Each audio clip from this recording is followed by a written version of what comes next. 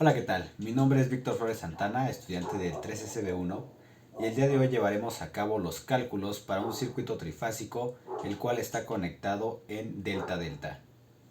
Así que vayamos a ello.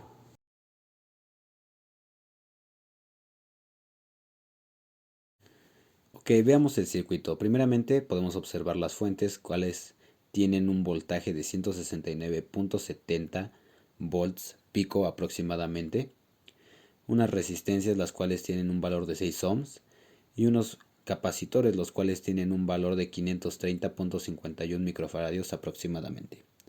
¿Qué conocemos teóricamente? Bueno, tenemos que el voltaje de fase para la fuente es igual al voltaje de fase para la carga.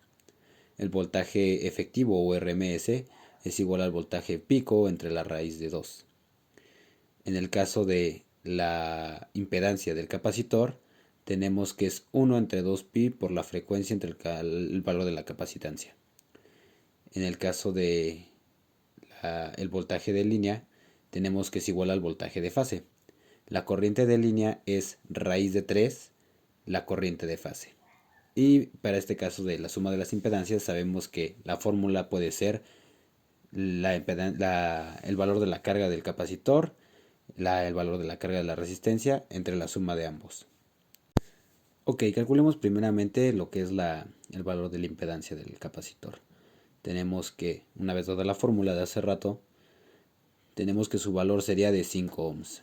Y para esto, conocer la impedancia de la carga, tenemos que es el valor de la resistencia por el del capacitor entre la suma de ambos, lo cual nos da un valor de 3.5355 con un ángulo de 45 grados.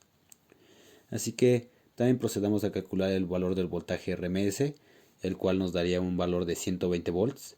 Y como ya lo habíamos dicho anteriormente, el voltaje de línea es igual al voltaje de fase. Por lo tanto, el valor de 120 volts es igual para ambos. Tenemos que la corriente de fase es igual al voltaje de fase entre la carga de fase. En este caso podemos ver que son 120 volts entre los 3.5355 aproximadamente ohms. Así que de ahí obtenemos un valor de 33.94 amperes. Ya después de haber calculado este, podemos observar del lado derecho cómo se vería cada una de los voltajes y corrientes de fase. Para la corriente de línea ya lo habíamos mencionado, raíz de 3, la corriente de fase. Entonces esto nos da un valor de 58.78 amperes. Nada más nos queda calcular las potencias. Igual que lo vimos en el circuito pasado, tenemos que es corriente de fase por voltaje de fase y en este caso para la potencia promedio es el coseno del ángulo. Una vez haciendo dicho cálculo tenemos que el valor de la potencia promedio es de 2880 watts. Para en el caso de la potencia reactiva que se multiplica por el seno del ángulo, obtenemos que es un valor de 2880 voltiamperes reactivos. El signo únicamente marca hacia dónde se desplaza la potencia reactiva, es decir, si es inductiva o capacitiva, y como sabemos en este circuito es capacitiva. Para la potencia aparente, nada más es la corriente de fase por el voltaje de fase, lo cual nos queda un valor de 4072.9350 voltiamperes.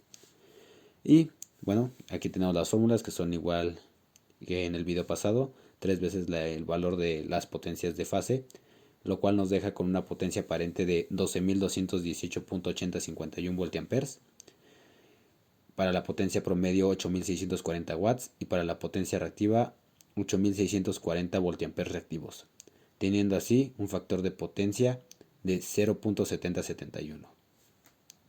Y con esto habremos concluido el circuito, únicamente lo dejaremos para que se pueda probar en el multisim.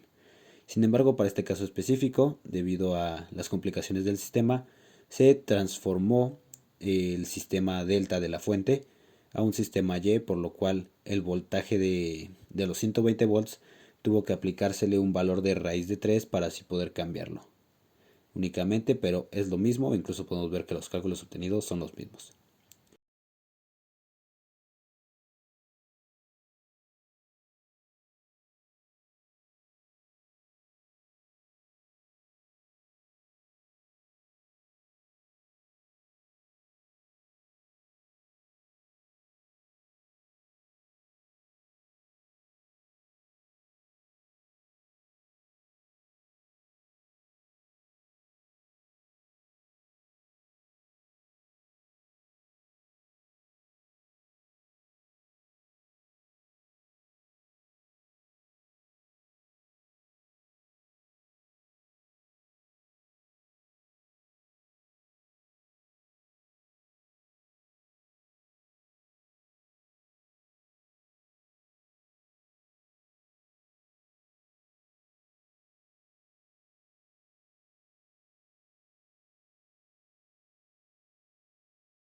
Así que eso sería todo por mi parte y nos veríamos en una siguiente ocasión.